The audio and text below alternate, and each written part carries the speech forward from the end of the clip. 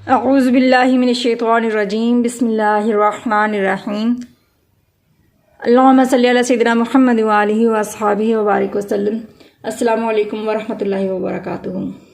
دہم جماعت کے طلباء و طالبات کے لیے آج کی ویڈیو میں سورۃ الاحزاب کے رکوع نمبر 4 میں سے کچھ ایسے اضافی مختصر سوالات جو کہ بہت اہم ہیں اور پیپر میں آ سکتے ہیں، اور ویسے بھی تمام مومنین و مومنات کو ان باتوں کا علم ہونا چاہیے۔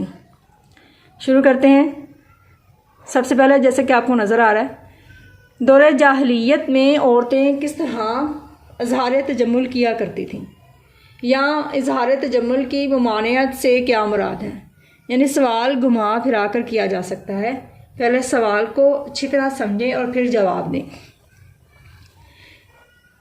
جواب جتنا مختصر اور جامع ہوگا اتنا ہی دیکھنے والے پر، پڑھنے والے پر اچھا اثر چھوڑے گا۔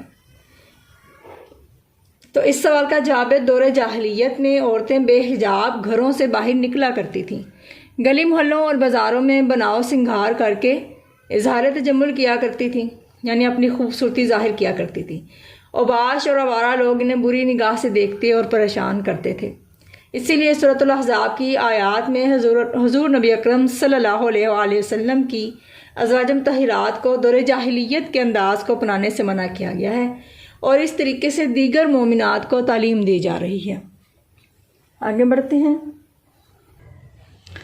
سوال ہے، غیر محرم سے گفتگو کرنے کا سورۃ الاحزاب میں کیا طریقہ کار بتایا گیا ہے؟ یعنی اجنبی مردوں سے عورت اگر گفتگو کرے تو کس طریقے سے کرے، یا غیر محرم سے گفتگو کرے تو کس طریقے سے کرے۔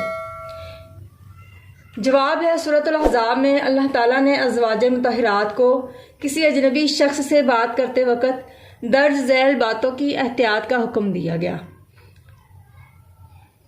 اے پیغمبر صلی اللہ علیہ وآلہ وسلم کی بیویوں، تم اور عورتوں کی طرح نہیں ہو۔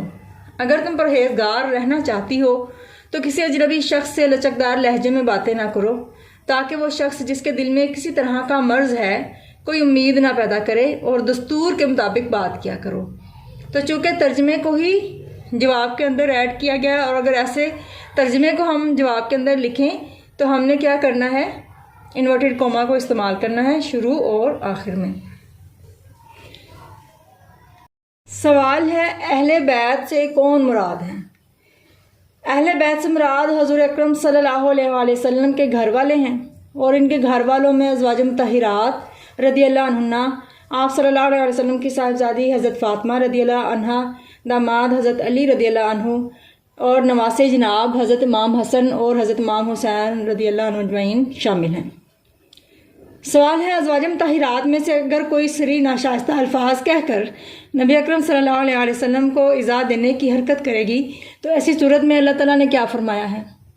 ارشاد ربانی ہے، انورٹڈ کوما ہم استعمال کریں گے جب ہم ترجمہ لکھیں گے۔ اے پیغمبر صلی اللہ علیہ وسلم کی بیویوں، تم میں سے جو کوئی صریح ناشائستہ الفاظ کہہ کر نبی اکرم صلی اللہ علیہ وسلم کو ایذا دینے کی حرکت کرے گی تو اس کو دونی سزا دی جائے گی۔ سوال ہے، نبی اکرم صلی اللہ علیہ وسلم کے اہل بیت کے لیے اللہ تعالیٰ کیا چاہتا ہے؟ جواب اللہ تعالیٰ چاہتا ہے، اے پیغمبر صلی اللہ علیہ وسلم کے اہل بیت، اللہ چاہتا ہے کہ تم سے ناپاکی کا میل کچیل دور کر دے اور تمہیں بالکل پاک صاف کر دے۔ یہ کچھ خاص اضافی سوالات تھے جو کہ بہت حد تک ہوتا ہے کہ انہی میں سے سوال آ جاتے ہیں۔ اللہ رب العزت ہمیں سمجھنے اور عمل کرنے کی توفیق عطا فرمائے، اور ہم سب کے لیے دنیا اور آخرت میں آسانیاں پیدا فرمائے۔ وما علینا الا البلاغ المبین۔